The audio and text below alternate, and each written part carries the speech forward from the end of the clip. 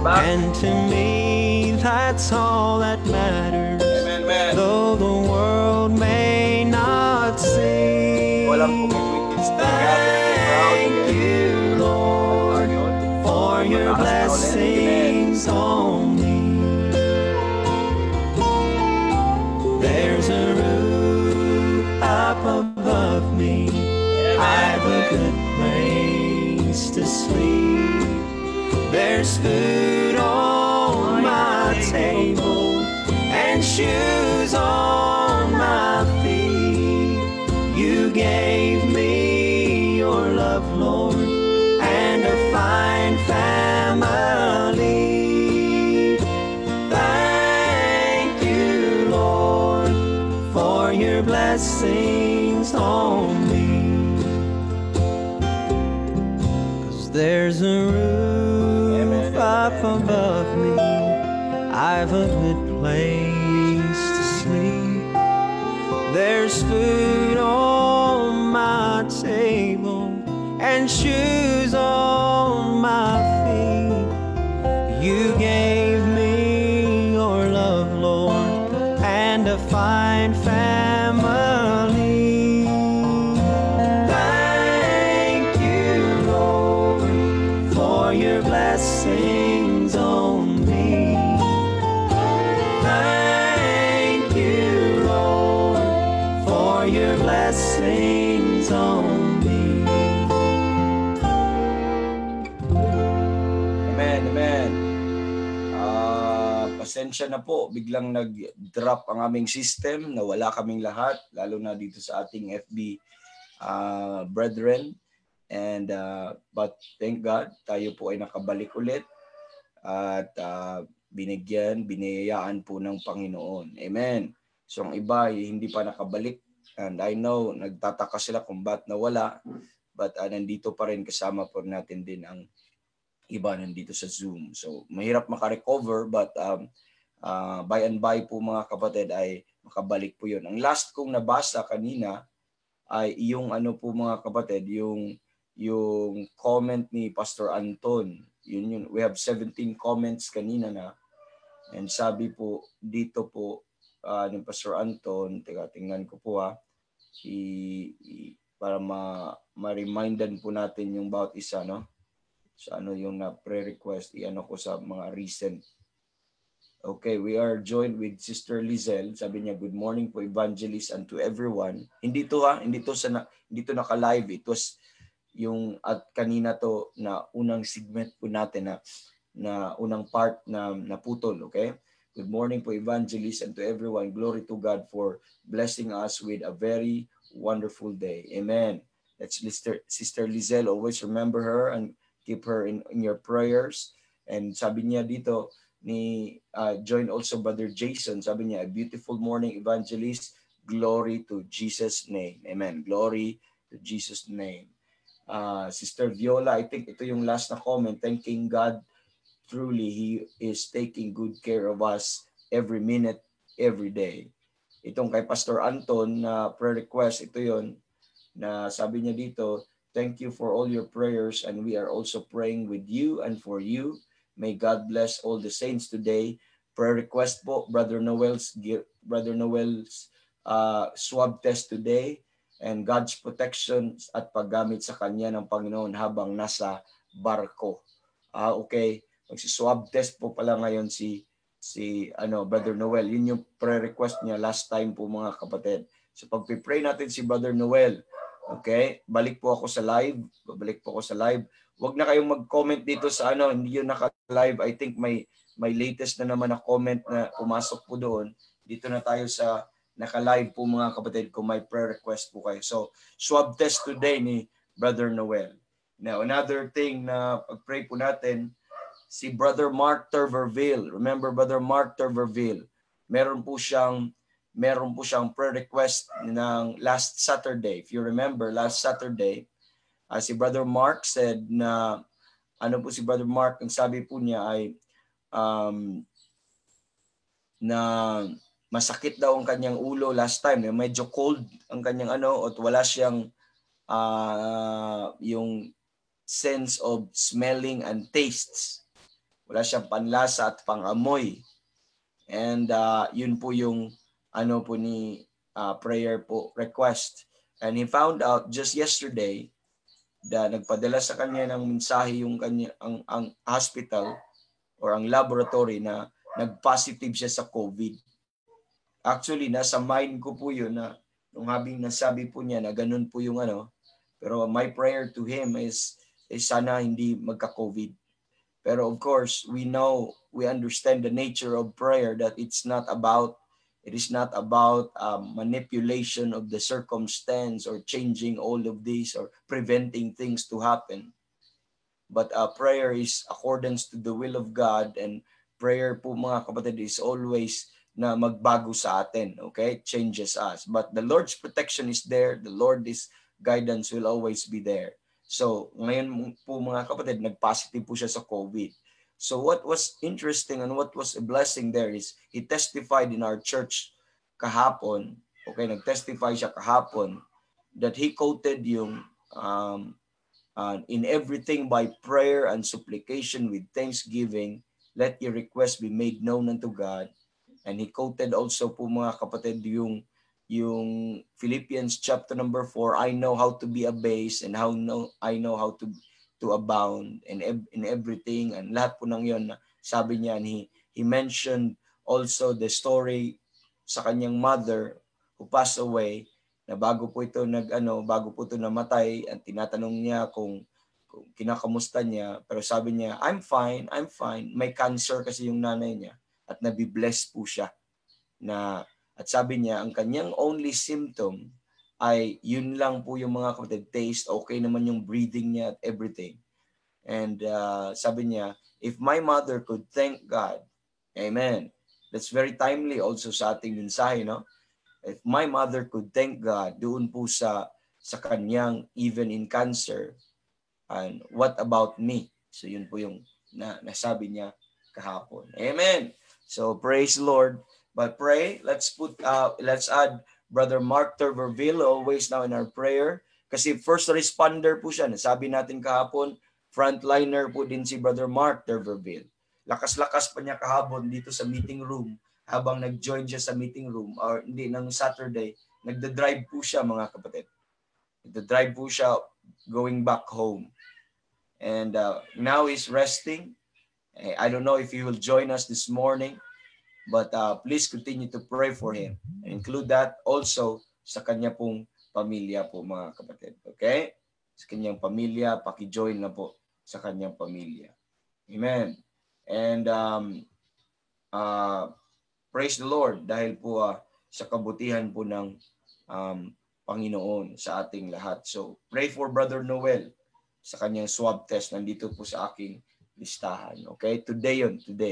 So mayroon tayong mga prayer requests and greetings po dito from Sister Alicel. Sabi niya, good morning po sa mga kapatid. So yung ibang batch nito nandun sa isang part na putol po tayo. But now we are back sa 17. Kanina mga nasa 20 plus tayo. But unti-unti po nakabalik ang bawat isa. From Brother, good morning Sister Alicel. From Brother Joseph, Sister Glenda. Sabi niya, good morning brethren. Good morning Sir Rog and brethren. Salamat sa Panginoon sa mercies niya this morning. Amen. Truly.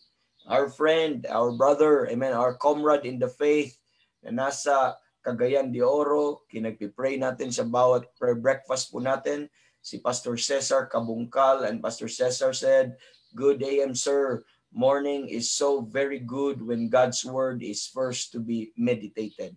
That's true. Amen. Amen. Praise the Lord. Good morning, Pastor Cesar. Regards to the whole family, to the whole church. Glad to have you here. We have comments here from Brother John Moore and Sister Karen. Sabi nila, please pray for us po after ng SOT ng admin training, teachers training din po this week. So meron pang teachers training this week. And please pray din po sa financial providences for the materials and paces. Is really quite expensive, and may this ministry become of God's instrument to evangelize to the parent and student. Thank you po, brethren. Okay, pray for that. Their desire po mga kapatid. Medyo may kamahalan nga lang po mga kapatid. Amen. But that's it. If that entails the truth, for the truth to know, or for a good materials, then amen, we should be willing to pay for it. And what we are praying is that the Lord will provide for them. Amen. Lord will provide for them. And let's pray for their goal. And the goal is evangelism po, mga kapatid, sa mga parents at sa kanilang mga estudyante po, mga kapatid. And but thank God sa opportunity at sa biyaya ng Panginoon. We'll pray for that, Sister Karen and Brother John Mar, and praise the Lord. Sabi ni Brother Hubert, good morning, Sir Rog, and to all brethren. Dito po, I'm reading dito po sa meeting room, praying for good internet connection. Amen. Amen. Praise the Lord. From Brother Roger Perez, and sabi dito, beautiful Monday morning evangelist, and to all, may our spiritual eyes able to see the goodness of the Lord ahead of us and be thankful. Yep, that's true. May our eyes will able to see, will see the hand of the Lord, the goodness of the Lord, and the loving kindness, so that we may be able to praise Him. Brethren, think we need to go to prayer po. We're running out of time ngayong umaga na ito, although may little interruption po tayo. But praise God for everyone na kasama natin ngayon. So don't forget to pray for Pastor Ben, our daily broadcast. By the way, can I say this? Kasi baka makalimutan ko naman i-announce. Although meron tayong 9 dito sa meeting room, 14 po doon sa ating FB Live. Hindi na tayo naka-recover. And I know babalik pa yung iba. But I'll say this announcement. Our AVPI online ay mag-start na po ngayong gabi. At don't worry, ang AVPI online natin, this announcement, wala na pong gradings, wala na pong enrollment, wala na mga projects, wala na assignments, okay? Hindi non-formal na po siya. It's just like this. You will attend. It's just like our workman's treasure that you will just attend, listen, take advantage. Although ang approaches natin sa instructor ay institute type pa rin, mga kapatid, we have good lessons prepared po, mga kapatid, and that will start ngayong gabi. And that is 7:30. Ibo-broadcast po natin yan via sa FB Live. At ang FB Live po ay doon po natin ibo-broadcast doon sa atin pong Facebook group sa People for His Name Baptist Church Online Ministries. Okay? Kung saan po nakapost ang ating or naka-live po ang ating prayer breakfast at lahat ng broadcast natin. Doon po sa AVPI. Hindi na sa AVPI online, ha. Dito na po sa People for His Name Baptist Church Online Ministries. At the same time, via Zoom. Okay? And I encourage everyone to join through Zoom or FB Live kung saan kayo komportable. If you would like to have some reactions, some questions, and some responses na immediate po, mga kapatid, at ma-entertain ng teacher, pwede po kayo dito sa meeting room. Mas advantage po ang nasa meeting room dahil makita nyo ang bawat isa.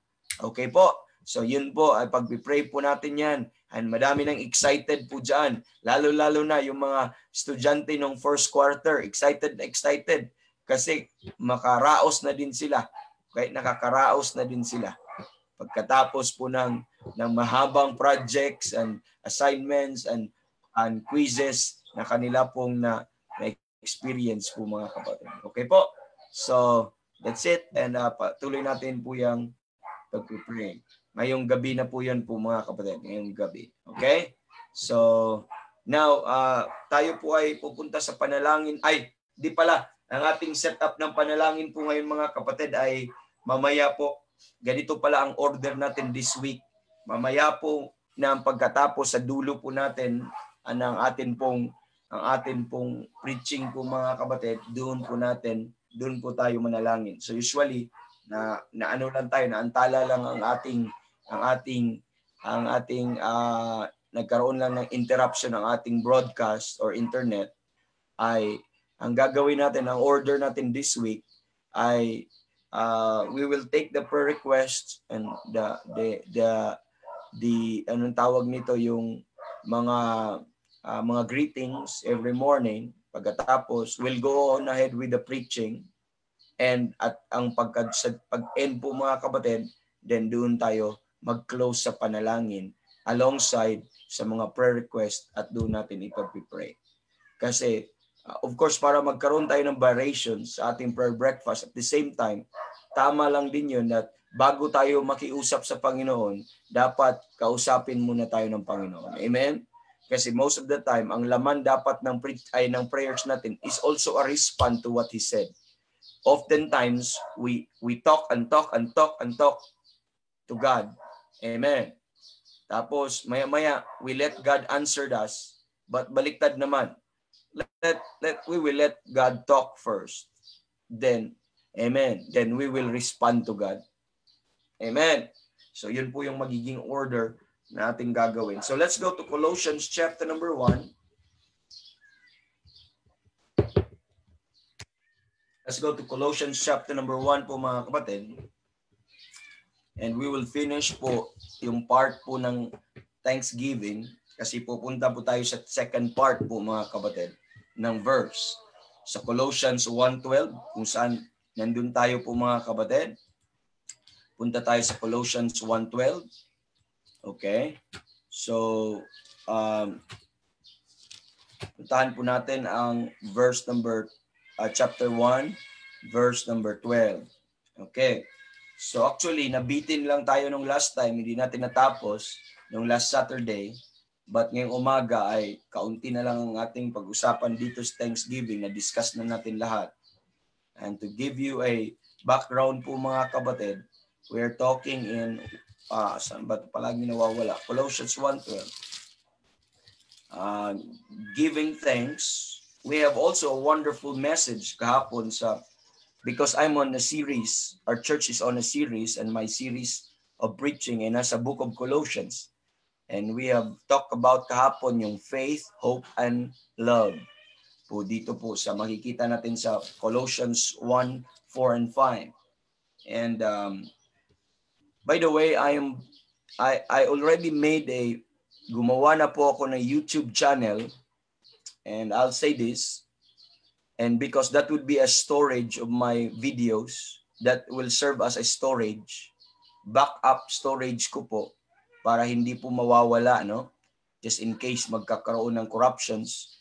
So I posted a video there. Hindi ko pa lang pinapublic, hindi nyo pa nakikita, hindi pa tinatry ko pa, inaaral ko pa kung ano yung mga violations na pwede ko makommit at paano po ito gagawin, how will I protect itong mga files na ito.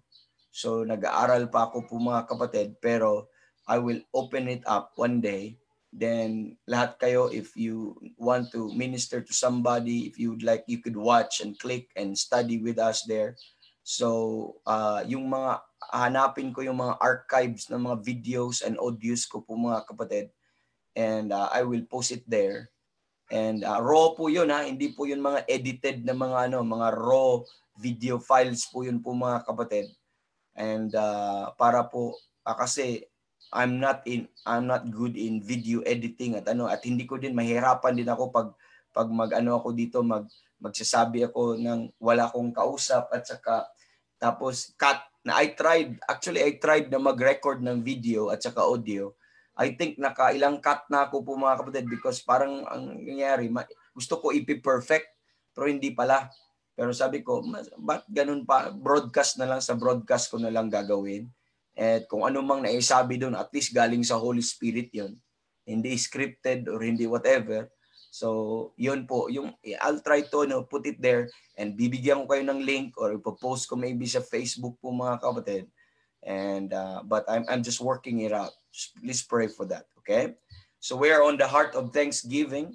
And we deal on Colossians 1:12, giving thanks unto the Father, which hath made us meet to be partakers of the inheritance. Okay, sabi dito, which hath made us meet to be partakers of the inheritance of the saints in light. So we are discussing yung first part, yung giving thanks unto the Father. Tomorrow, we will start now to discuss which had made us meet to be partakers. Which has made us meet to be partakers. So yun po yung ating tingnan, no? Made us meet to be partakers. Bukas po yun. But dito po, let's close. Dito po sa atin pong giving thanks unto the Father. We look at po mga kapatid yung term ng thanks, thanksgiving, lahat po ng term po na yon para maintindihan po natin. And also po mga kapatid, tinitingnan din po natin mga kapatid, yung unthankfulness on the other hand as the seedbed for sin. Nakita po natin kung anong impact ng unthankfulness, gaano kagruesome yung sin of unthankfulness po mga kapatid, that it is the source and the garden ng ibang mga kasalanan na tutubo sa buhay po natin. And at yung we cite an example, 3 examples in Romans 1, the sin of mankind po mga kapatid. In Romans 1, na makikita po natin yung napaka-unimaginable and yung mga evil sins na nakikita po natin doon, ng list ng mga sins po mga kapatid na napakarami. Okay, napakarami. And it all started with verse number 21, that when they knew God, they glorified Him not as God, neither were thankful. And it resulted to napakadaming kasalanan po mga kapatid. And another example also po mga kapatid, okay? Another example is we look at the example of Lucifer, o kung gaano that he was first perfect until iniquity was found in him and he rebelled against God, and how he fall from heaven, and how God already ordained for him to be judged doon sa lake of fire. Although he was the sum total of God's creative genius when it comes to wisdom and beauty po mga kapatid, but his sin po mga kapatid, there was nothing wrong with Lucifer at the beginning, but when after he sinned, he became Satan. And what was the fundamental problem of Lucifer po mga kapatid? He was unthankful, he was ungrateful, he was unsatisfied, amen, with the position and with the possession also that God had given him, and he wanted more. So that is to say, he wanted more. Mga kapatid, that the first sin was first fundamentally a sin of ingratitude, and we know Lucifer was ungrateful and thankful of that exalted position that God has given him, and he wanted more. And he wanted to be equal with God. Yun po yun mga kapatid. He wanted to be equal with God.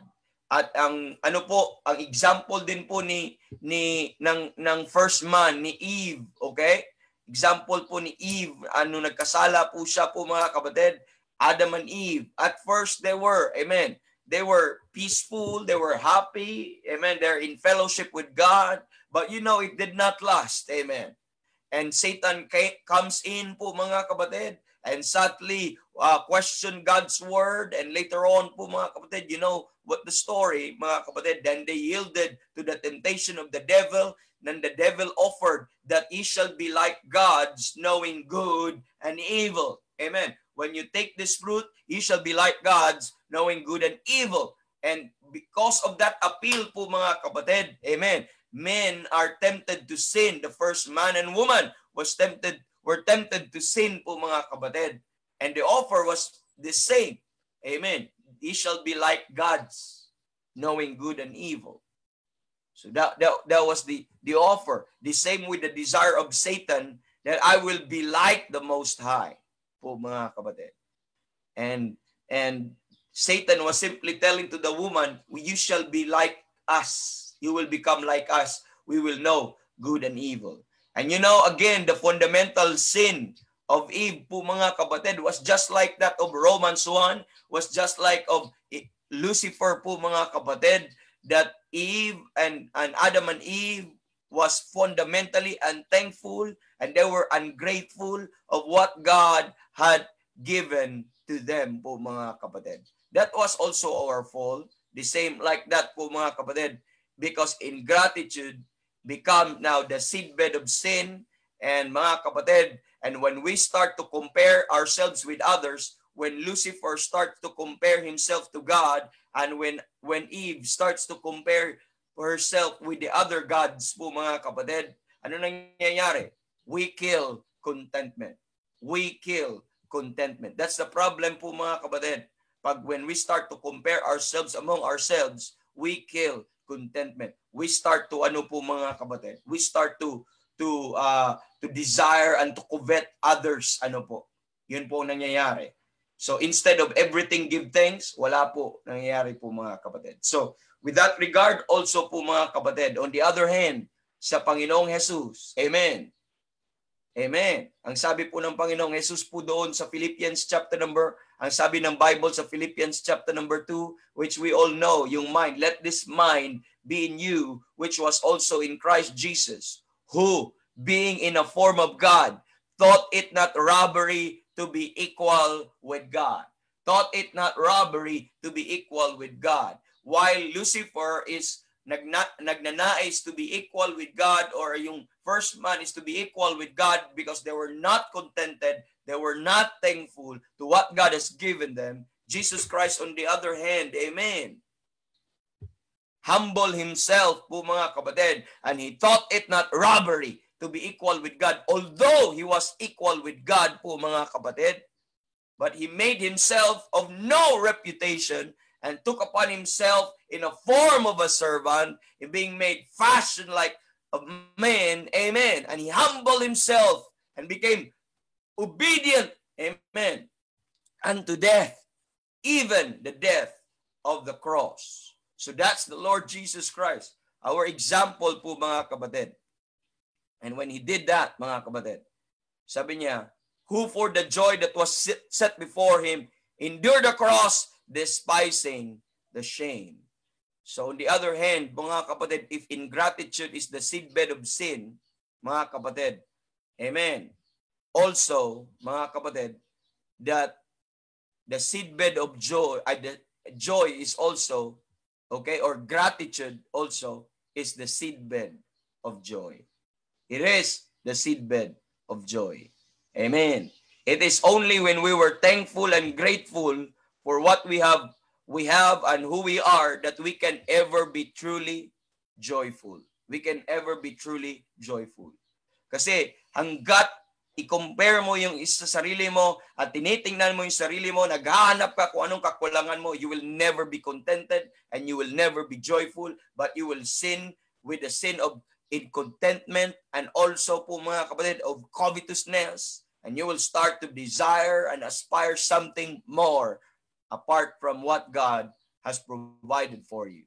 But we need the thankful heart. Amen. We need that heart po mga kapatid that is thankful. Amen. We look at also the definition of grace and how po mga kapatid, and what is grace po mga kapatid, that it is an earned favor and kindness from God that we do not deserve po mga kapatid. It mentioned of the favor and goodwill and kindness po mga kapatid that is coming from God, that is unearned, unmerited, unrecompensed, given by God to us freely po mga kapatid at the expense of Christ. Then we look at po mga kapatid, we look at also the comparison po mga kapatid ng definition ng thanksgiving with regards to grace. That thanks, it means to express the gratitude for a favor, for a kindness bestowed. And thanks is an acknowledgement made to express sense of favor and or kindness received po mga kapatid. Gratitude on the other hand is the feeling or sentiment excited by kindness, and thanks are the expression of that sentiment. Now, what I'm pointing is, as if you remember the term grace, it talks about of favor and of kindness and of goodwill, mga kapatid. But this time, it is unearned, unrecompensed, na binigay sa'yo. And what is thanks? What is thanks? It is the expression of that heart that has gratitude, the heart that has gratitude towards the favor or towards the grace, towards the kindness that God bestowed unto us po mga kapatid. And it is to express that sentiment, that ano po, our thankfulness. And that is thanks. Express our gratitude po mga kapatid. To acknowledge, amen, that acknowledgement made to express that sense of favor and grace. So now, tiningnan natin last time, we look at po mga kapatid, we look at yung biyaya ng Panginoon from the beginning, kung sino tayo, kung ano tayo. I point you to the right perspective na dapat mong alalahanin na tayo ay sinner lamang, and what we deserve is hell, what we deserve by condemnation. We have no good. There is nothing in us. There is nothing with us. There is nothing that we can do that would earn favor from God. We have zero favor from God. And what we need, what is due to us and what is just to us is to be dumped into hell. Amen. And God is not obligated to save you and to save me and to bless me because we are a rebel. Amen. We are sinful and we are chief of sinners. We offended the just God, and there's nothing that we have. There's nothing that we can do to satisfy and to appease the wrath of God po mga kapatid. Amen. But God in love, amen, God in His love, in His kindness, in His grace, amen, amen, send His only begotten Son to die for our behalf. He sent the Lord Jesus Christ, and He do what we could not.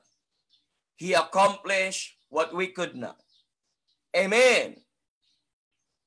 And that is to obtain salvation. That is to bought redemption. And that is, amen, to pay the penalty of our sins. And He bestowed it to men, amen, freely. Kaya sabi ng Bible, being justified freely by His grace through the redemption that is in Christ Jesus. Po mga kapatid. So, that is, we should have that perspective sa biyaya po mga kapatid. Amen. Jesus Christ become a man so that He could die for you, and we obtain favor. We receive that favor po mga kapatid freely. Amen. That unmerited favor done by the Lord Jesus Christ. And thanksgiving po mga kapatid is our expression, the expression of that sentiment, the expression of that gratitude that is in our heart of what He has done for us po mga kapatid. You understand now how evil is a man that will not thank God and praise God po mga kapatid. Napakalaking ingrato sa isang tao po mga kapatid if your heart is not moved to thankfulness and thanksgiving to what He has done for your soul po mga kapatid. You may have forgotten who we are. Amen. I have not forgotten God's only begotten, amen, who paid the price for my sin. Don't forget, amen. Don't forget. He paid that price. I'm a worm. I am unworthy. I am undeserving. But if I will keep my mind to that truth, if I will keep my perspective on that truth po mga kapatid, you know what that truth? It will keep your heart in gratitude always to what God has done for you. Amen. It will cause you always to express with joy. You know what will it do to you? It will encourage you in the midst of your struggles and of your trials and of your problems. That it will become a motivation and encouragement to you that every time you have these problems and troubles you are trying to solve, you will always remember, mga kapatid, and bring yourself to that cross and what Jesus Christ accomplished for you. And you will have this comfort that if God solved the greatest problem of mankind, and that is sin, ito pa kayang problema ko na ito. Then you will find out later on that instead of mourning and being sorrowful with regards to your problem, it will start to cheer your heart and start to express that sentiments and that emotion and that feeling that the Lord laid in your heart, that is shed abroad by the Holy Ghost, the love of Christ that is shed abroad by the Holy Ghost in your heart, and you will start to rejoice po mga kapatid. You know, when Jesus Christ is about, amen, He was about to ano po mga kapatid, to fulfill that plan of God, the predeterminate counsel of God, and foreknowledge of God that He's going to die. Amen. When He's about to take on the form of a servant, to empty Himself, He emptied Himself, and to humble Himself. Amen. Amen. For the suffering of death. Do you remember that? In Luke chapter number 22, verse 19, and in Matthew chapter number 26, verse number 27, on the eve of fulfilling the reason for why Christ came. Remember that? Nagkaroon po sila ng Last Supper, and God, Jesus Christ, the all-knowing, knowing the time of His death, knowing the kind of suffering that He's going to partake, knowing the kind of robe that He's going to put on, and that is the robe of sin. Amen. It disgusts Him. He hates it, and He's about to do it in love, and He is to do these things po, mga kapatid. And having that, not only the impending physical agony, but the spiritual separation, knowing that if He is going to put on the robe of sin, that He is to be separated from God, and God could not look upon His Son. And in that thought po, mga kapatid, in that thought, knowing when he was about to break that body, when He's going to drink that cup and show to the disciples that bread, He's going to break that bread, which speaks of His body to be broken. Amen. In how many hours His body to be broken? And that cup, mga kapatid, speaks of the wine, mga kapatid, that speaks of His blood to be shed para sa kanila. You know what Jesus Christ did? Christ gave thanks. Christ gave thanks. So in the middle of that, ano po mga kapatid, thought that He's about to die, He's about to suffer. God cannot suffer, God cannot feel sufferings, and God cannot die. Yes, but He became a man.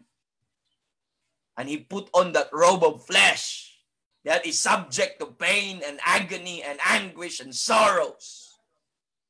Amen. And the fact that He's so holy, and He's going to take that. But in spite of that, He did not back off. He did not whine about it. But He gave thanks. He gave thanks, mga kapatid. Jesus offered thanksgiving for that which will break Him, for that which will crush Him, for that will cause Him separation from God the Father. Amen. Christ was thankful. Amen. For what? He was thankful for the privilege of being able, amen, to lay down His life for us, being able to love us and to save us. Amen. He was thankful for the privilege to take our place. He was thankful for the privilege to lay down His own life in payment for and to accomplish eternal salvation for you and me. And what else? He was thankful also for the privilege to do the will of God in his life. That was his motivation.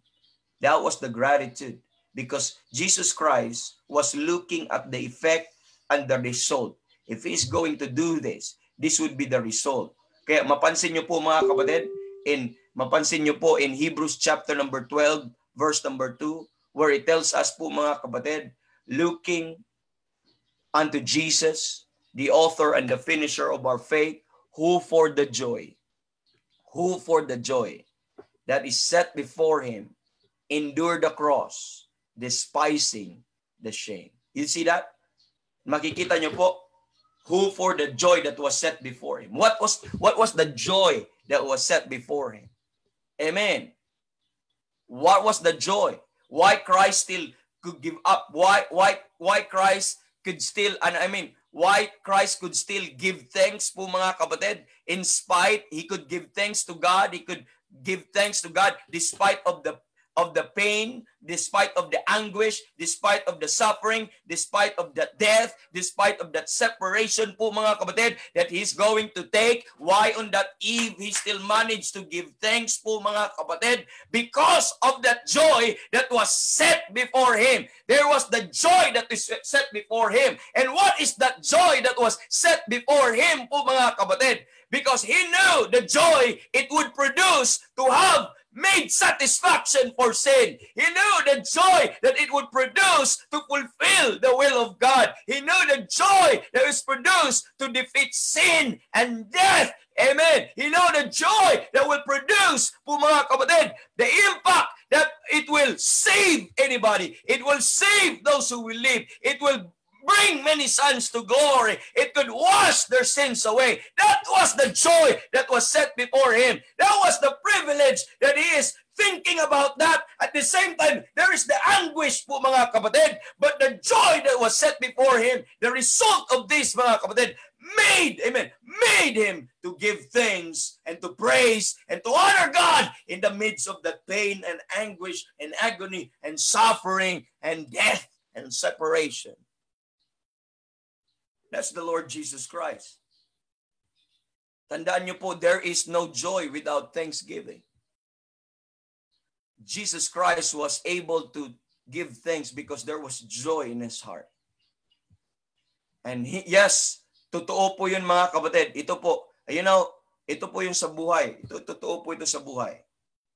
And think about this. Sa buhay po mga kapatid,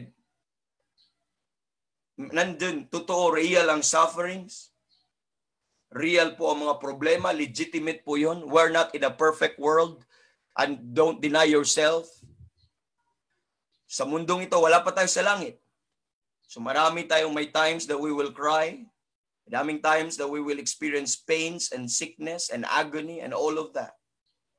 At the same time po mga kapatid, may mga blessings na binigay ang Panginoon sa atin. Hindi lang naman, mas marami naman ang joy kaysa pain. May mga blessings din na pinagkaloob sa atin. Merong napakadaming binigay ang Panginoon sa atin. Balance po siya mga kapatid. But a thankful heart is this. A thankful heart is this. Amen. He will think of those good things rather than on those bad things. When you start to focus and magnify to the things that God has given you more than your suffering that you experience right now, we can be just like Jesus Christ, that we could thank God in the midst of suffering, thinking that He saved you. Thinking kahit naghirap ka, kaya nga sabi doon, Lord, we don't have much money. Just like the song, we don't have much money, but Lord, we have you. Lord, we have you.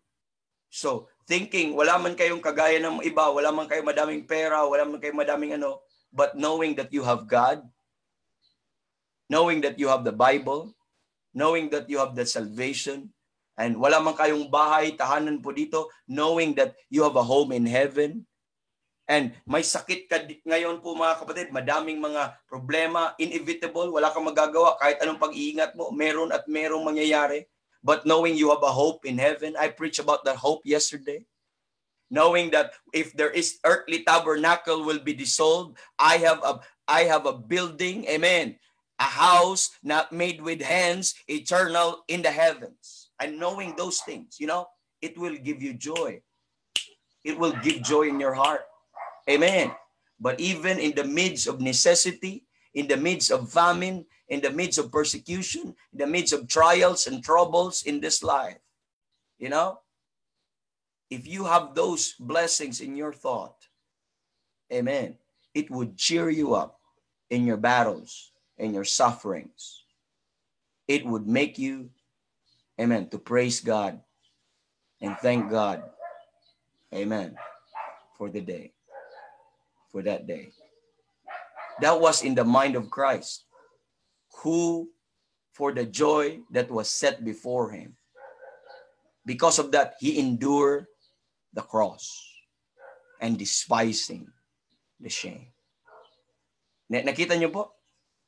Yes, he understands. He knows what would be the kind of anguish and pain and suffering, the horrible thought of sin. He knew that.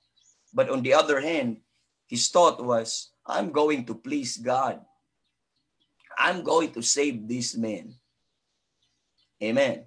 And I'm forever be satisfied and destroy sin before my face. That was the joy. Amen. There's no joy without thanksgiving. That's why po mga kapatid, when you start to thank God, kahit nasa gitna ka ng napakahirap na panahon, napakahirap na problema, when your lips will utter praise, that means there is joy in the heart. That means, amen, you have been thoughtful of something good, of the favor, of the grace, of the goodwill, of the kindness that God bestowed upon you. And that keeps you going. That is a life of grace. That is a life of thanksgiving. That is the life that offers itself service to God. Why? And it is motivated by a profound appreciation for what God has done on our behalf. It is the only life and lifestyle. It's the only life and lifestyle, mga kapatid, that is capable of experiencing joy to its fullest capacity, regardless of the circumstance, regardless of the happening, regardless of the surrounding. Amen. Nobody could take away that joy. Amen. Nobody could take away that peace.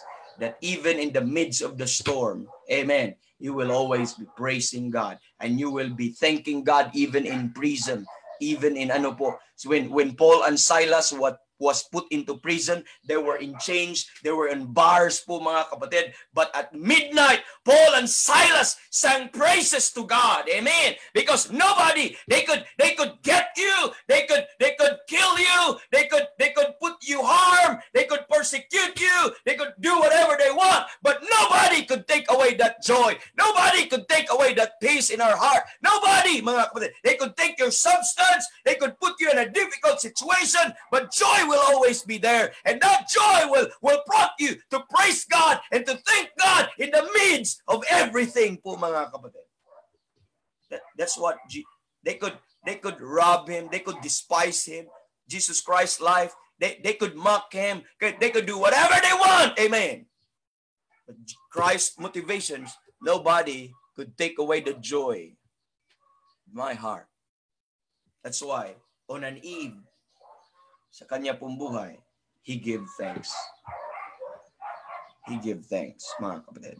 You see, when we quench thanksgiving, we kill that joy po, mga kapatid. We kill that joy. You know, there's so much that we need to be thankful to God for. Let's look at Colossians chapter number 3, verse 15. Colossians 3, verse 15. The Bible says, and let the peace of God rule in your heart.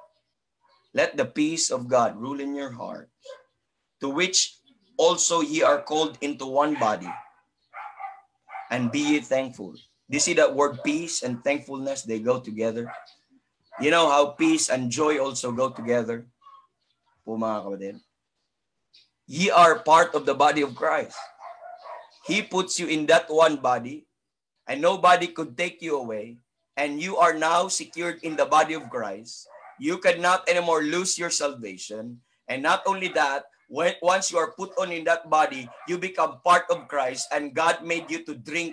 Amen. All of that is in Christ. Because you are in the body, because you are in Christ, and you are part of that one body, you become the recipient of all spiritual blessings in heavenly places in Christ Jesus. Amen. All that God wants you to give you, it's all in there. All that you need is all in there. All the position, the privileges, the access that you need is all in there. And guess what? The moment you trusted Christ, He puts you into that one body, regardless of what happened to you in this life, regardless what this life may bring. That will not change you.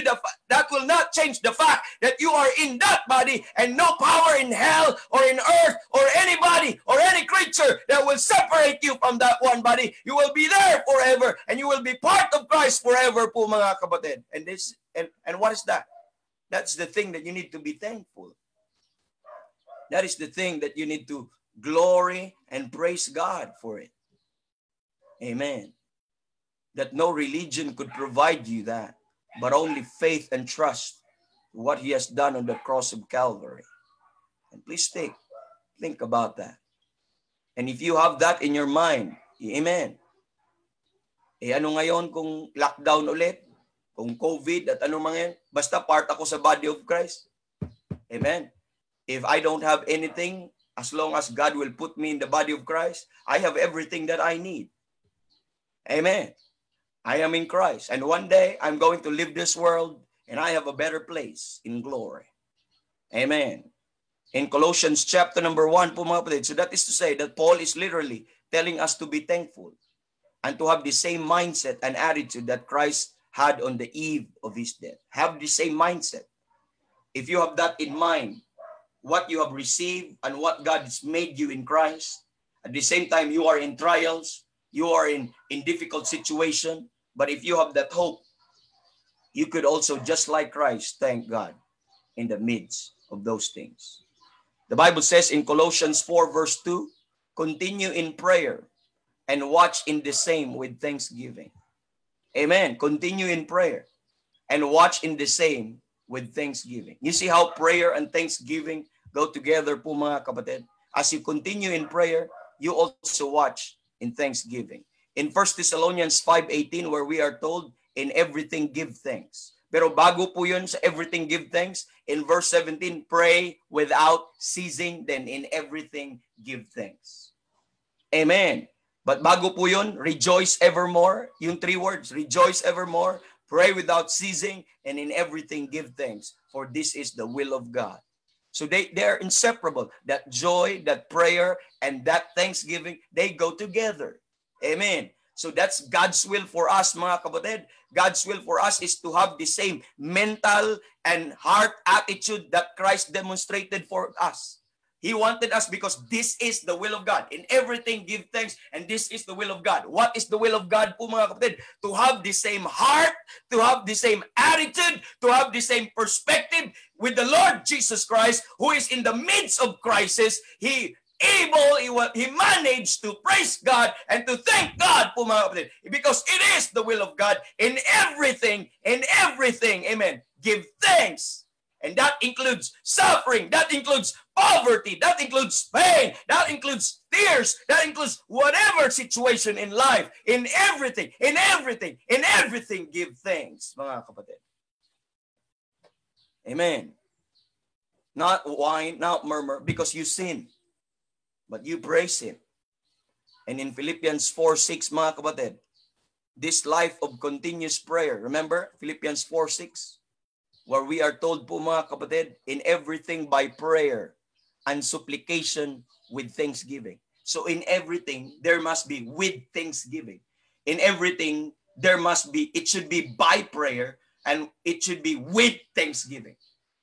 So in every aspect, in pain, in poverty, or in health, or in sickness, or in everything po mga kapatid sa buhay natin, whatever state you are, let us there be with content, and contentment goes on with thanksgiving po mga kapatid. Not until you will be contented po mga kapatid, you will never thank God of what you have. You will never thank God of what you have po mga kapatid. Amen. That continuous prayer alongside with continuous prayer is a continuous thanksgiving in everything. Amen. That we are to be living as members of the body of Christ, since God put you in the body of Christ, and we cannot function outside the realm of thanksgiving. We cannot function outside the realm of thanksgiving. That's why we are told po mga kapatid that we are called in one body, and be ye thankful. Because the body of Christ, as a member of the body of Christ, we could not live aright and function aright as how God saved us apart from the realm of thanksgiving. Paul tells us to make our requests be made known unto God with thanksgiving. When you pray with thanksgiving, an ungrateful heart is not capable of offering prayers.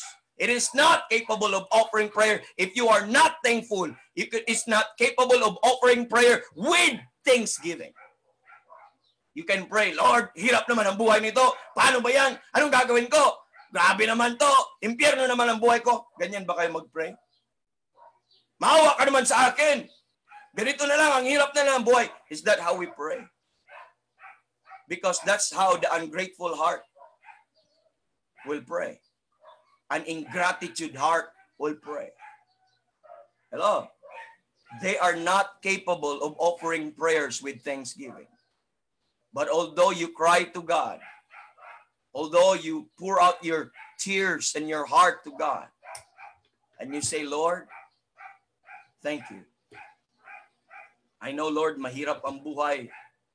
Na-admit ko, I'm weak, I have infirmities, I am unstable. But Lord, I have you. Amen. Lord, you are with me. May kinakain pa rin kami, Lord. Nakahinga pa rin kami.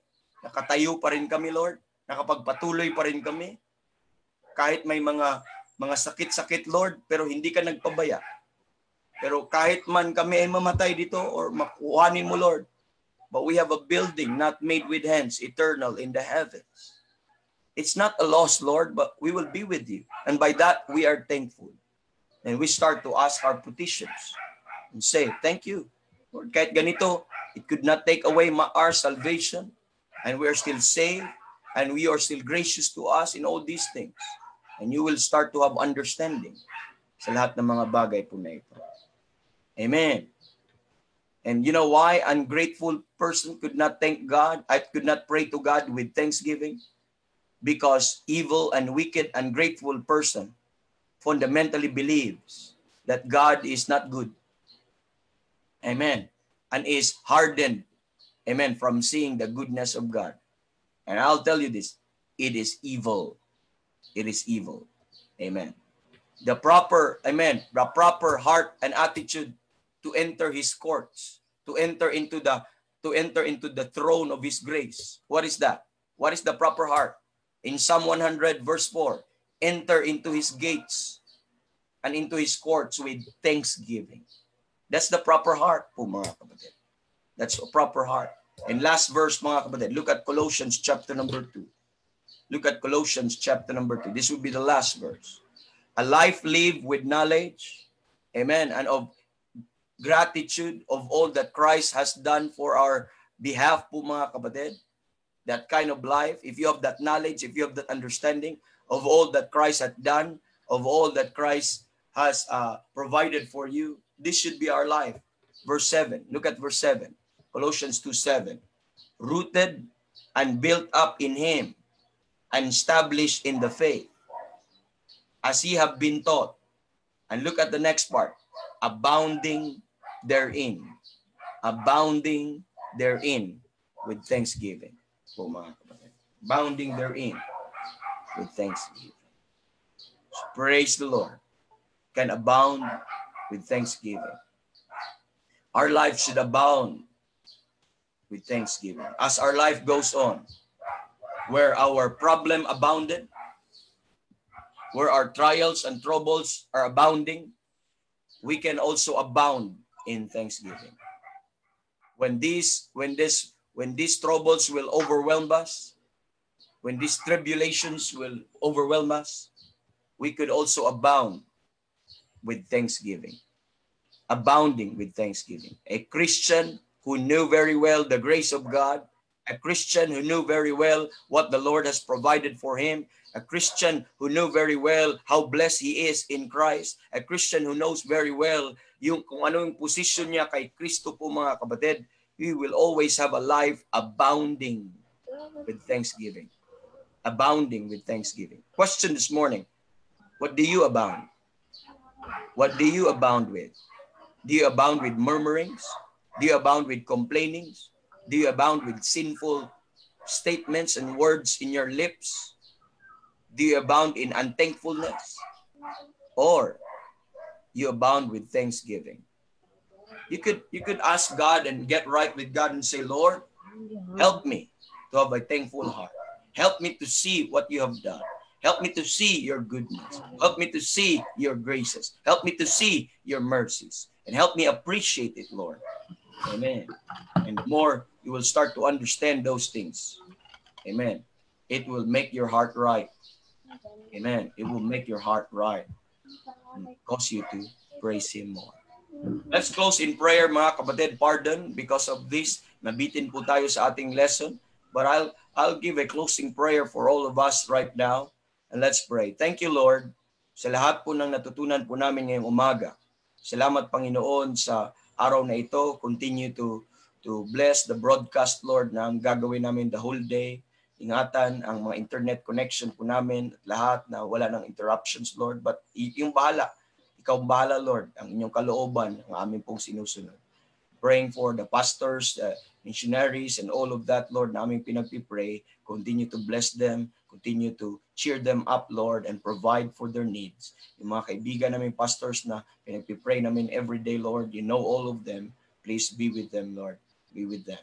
And Lord, praying also kay Brother Mark Terverville sa kanyang COVID and lahat na na-experience ngayon, patuloy niyo i-keep ang kanyang mind and heart towards the Lord Jesus Christ, and let that peace of God will rule in our hearts. Be with our pregnant ladies, Lord, na sila po ay patuloy na magtiwala sa inyo at mapawi ang kanilang mga takot, Lord, at maituon po ang kanilang mga isipan sa Panginoong Jesus. We remember also, Lord, yung mga brethren namin like si Brother Alain, si Brother